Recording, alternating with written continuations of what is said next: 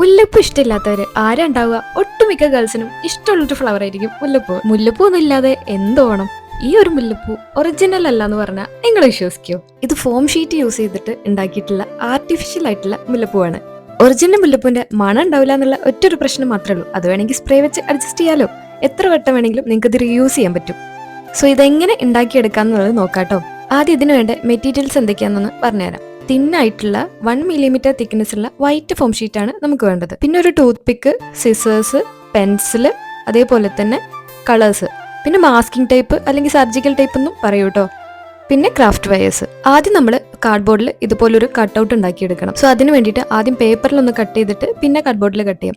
ഈ ഒരു രൂപത്തിൽ മടക്കിയിട്ട് കട്ട് ചെയ്ത് കഴിഞ്ഞാൽ ആ ഒരു ഷേപ്പിൽ കിട്ടും കേട്ടോ. കാർഡ്ബോർഡ് ഇതുപോലെ മടക്കാൻ ബുദ്ധിമുട്ടാവില്ലോ എന്ന് വിചാരിച്ചിട്ടാണ് ആദ്യം പേപ്പറിൽ കട്ട് ചെയ്യുന്നത് കേട്ടോ. ഇനി ഇതിന്റെ ലേ ഔട്ട് വെച്ചിട്ട് കാർഡ്ബോർഡിൽ ചെറിയ നോട്ട് ബുക്കിന്റെ ഒക്കെ ചട്ടം ഉണ്ടാവില്ലേ, അത്രയും തിക്നെസ് ഉള്ള ചെറിയൊരു കാർഡ്ബോർഡിൽ ഒന്ന് കട്ട് ചെയ്തെടുത്താൽ മതി. കാണുമ്പോൾ ചിലപ്പോൾ ഇച്ചിരി കൺഫ്യൂസിംഗ് ആയി തോന്നും, പക്ഷെ ചെയ്യുമ്പോൾ അത് എളുപ്പത്തിൽ തന്നെ നിങ്ങൾക്ക് മടക്കാൻ പറ്റും കേട്ടോ. ആ ടിപ്പിൽ വരുന്ന ഭാഗം കട്ട് ചെയ്ത് കളഞ്ഞിട്ട് ഇതേപോലെ ഒന്ന് ഷേപ്പിൽ വരച്ചിട്ട് ആ ഭാഗം ഒന്ന് കട്ട് ചെയ്തെടുത്താൽ മതി. നിവർത്തി കഴിഞ്ഞാൽ നമ്മുടെ ഈ ഫ്ലവർ പോലെ കിട്ടും. ഈ പേപ്പർ കട്ടൗട്ടിന്റെ ലേ ഔട്ട് വെച്ചിട്ട് കാർഡ്ബോർഡിൽ കട്ട് ചെയ്തിട്ടുള്ള ഈ കട്ടൗട്ട് വെച്ചിട്ടാണ് ഇനി ഫോം ഷീറ്റിൽ നമ്മൾ മാർക്ക് ചെയ്ത് കൊടുക്കുന്നത്. ഇതുപോലെ ടൂത്ത് പിക്ക് വെച്ചിട്ട് മാർക്ക് ചെയ്ത് കൊടുത്തു കഴിഞ്ഞാൽ കട്ട് ചെയ്യാൻ വേണ്ടിയിട്ട് ഭയങ്കര ഈസി ആയിരിക്കും കേട്ടോ.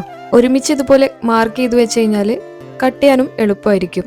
ഇതിൽ ഇത്തിരി സമയം എടുക്കുന്നത് ഈ കട്ട് ചെയ്യുന്ന പാർട്ടാണ്. ഒറ്റയ്ക്ക് ചെയ്യുകയാണെന്നുണ്ടെങ്കിൽ കുറച്ചധികം സമയം എടുക്കും.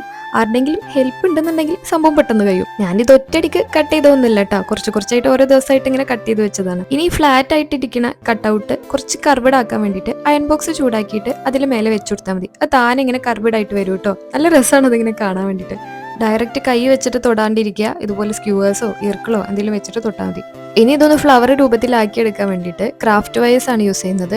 ആദ്യം ഞാൻ ഈ തിന്നായിട്ടുള്ളത് യൂസ് ചെയ്യാനാണ് വിചാരിച്ചത്, പക്ഷെ ഭയങ്കര തിന്നാണ്. അതിനെക്കാട്ടി കുറച്ചുകൂടെ കട്ടിയുള്ളത് ഇതാണ്. അപ്പോൾ അത് ഇതുപോലെ ഒന്ന് കട്ട് ചെയ്തെടുത്തിട്ട് ഒരു സ്ലൈഡ് രൂപത്തിൽ, നമ്മുടെ സ്ലൈഡില്ലേ ഹെയറിലൊക്കെ യൂസ് ചെയ്യുന്നത്, ആ ഒരു രൂപത്തിലാക്കി എടുക്കുക. ഒരു സ്ലൈഡിൽ 2 വീതമാണ് കോർത്ത് കൊടുക്കുന്നത് കേട്ടോ. ഇതുപോലെ അത് ഈസി ആയിട്ട് നമുക്ക് കോർത്തെടുക്കാൻ പറ്റും. ഇനി അതൊന്ന് സേഫ് ആയിട്ട് നിൽക്കണമെങ്കിൽ വേണമെങ്കിൽ മാത്രം ആ ടിപ്പ് ഒന്ന് ഇതുപോലെ ബെൻഡ് ചെയ്ത് കൊടുക്കാം, നിർബന്ധമില്ല കേട്ടോ. കുറച്ചുകൂടെ ഒന്ന് സെക്യൂർ ആക്കാൻ വേണ്ടിയിട്ട് കുറച്ച് ഗ്ലൂ അപ്ലൈ ചെയ്ത് കൊടുക്കുന്നുണ്ട്. ഫ്ലവറിന്റെ മേലെയും അപ്ലൈ ചെയ്ത് കൊടുക്കുന്നുണ്ട്, അതേപോലെ 2 ഫ്ലവറിന്റെയും ഇടയിലും അപ്ലൈ ചെയ്ത് കൊടുക്കുന്നുണ്ട്. ഇനി ആ 2 ഫ്ലവേഴ്സും നല്ലോണം ഒന്ന് അടുപ്പിച്ചിട്ട് വെക്കുക. ആ കമ്പിയുടെ പാർട്ട് കവർ ചെയ്യാൻ വേണ്ടിയിട്ട് മാസ്കിംഗ് ടേപ്പാണ് യൂസ് ചെയ്യുന്നത്. അത് ഇതുപോലെ ഒന്ന് റോൾ ചെയ്ത് കൊടുത്താൽ മതി കേട്ടോ.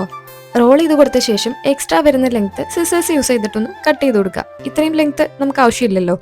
ഇനി ഇതൊന്ന് പെയിന്റും കൂടി ചെയ്തെടുത്തു കഴിഞ്ഞാൽ സംഭവം സെറ്റായിട്ടോ. പെയിന്റ് ചെയ്യാൻ വേണ്ടിയിട്ട് യെല്ലോ ആൻഡ് ഗ്രീൻ കളറാണ് യൂസ് ചെയ്യുന്നത്. ലൈറ്റ് യെല്ലോ ലൈറ്റ് ഗ്രീനും യൂസ് ചെയ്യുക. കൂടുതൽ യെല്ലോ എടുത്തിട്ട് കുറച്ച് ഗ്രീൻ ആഡ് ചെയ്താൽ ഇതുപോലെ ഒരു കളർ കിട്ടും. പിന്നെ ഇപ്പോൾ സമയം ഉണ്ടെങ്കിൽ മാത്രം ഇങ്ങനെ ഫോം ഷീറ്റ് വെച്ചിട്ട് ചെയ്താൽ മതി കേട്ടോ. ഇതിലും സിമ്പിളായിട്ട് ടിഷ്യൂ പേപ്പർ വെച്ചിട്ട് ചെയ്യാൻ പറ്റും. എന്ന് വെച്ച് ഉണ്ടാക്കി കഴിഞ്ഞാൽ എന്തായാലും വേസ്റ്റ് ആവില്ല, കാരണം നിങ്ങൾക്ക് എത്ര തവണ വേണമെങ്കിലും റീയൂസ് ചെയ്യാം. കുറേ കാലം ഇത് കേടില്ലാണ്ട് ഇരിക്കുകയും ചെയ്യും. ഇനി ഇത് കോർത്തെടുക്കാൻ വേണ്ടിയിട്ട് ഞാൻ ഈ ഒരു നൂലാണ് ഉപയോഗിക്കുന്നത്. എൻ്റെ കയ്യിലുള്ളത് കുറച്ച് കട്ടി കൂടുതലുള്ളതുകൊണ്ട് ഞാൻ അതിൻ്റെ ഹാഫാണ് യൂസ് ചെയ്യുന്നത് കേട്ടോ. ഇതിങ്ങനെ കെട്ടുന്നത് അറിയാത്തവരാണെങ്കിൽ ആദ്യം കാണുമ്പോൾ ഇച്ചിരി ബുദ്ധിമുട്ട് പോലെ തോന്നും. ഞാനിത് പണ്ട് ചെറുപ്പത്തിൽ ചെയ്തതിന് ശേഷം ഇപ്പോഴാണ് ചെയ്യുന്നത്. ആദ്യം ഒരു 1-2 ഫ്ലവറൊക്കെ ഇങ്ങനെ കെട്ടുമ്പോൾ കുറച്ചൊരു ബുദ്ധിമുട്ട് തോന്നും, പക്ഷെ കുറച്ചങ്ങോട്ട് കഴിയുമ്പോൾ ഈസി ആവും കേട്ടോ. ഇനി അഥവാ ഇതുപോലെ കോർത്തെടുക്കാൻ ബുദ്ധിമുട്ടുണ്ടെങ്കിൽ സൂചി നൂല് വെച്ചിട്ട് കോർത്തെടുത്താലും മതി.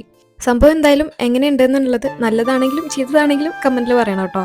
ഇനി ഇതുണ്ടാക്കാൻ ബുദ്ധിമുട്ടുള്ളവരാണെങ്കിലും കമന്റിൽ പറയാം. ടിഷ്യൂ പേപ്പർ വെച്ചിട്ട് ഈസി ആയിട്ട് ചെയ്യുന്നത് എങ്ങനെയെന്ന് വീഡിയോ ഇടാം കേട്ടോ. ഫോട്ടോഷൂട്ടൊക്കെ ചെയ്യുന്ന ആൾക്കാർക്ക് ഇത് ഭയങ്കര യൂസ്ഫുൾ ആയിരിക്കും കേട്ടോ.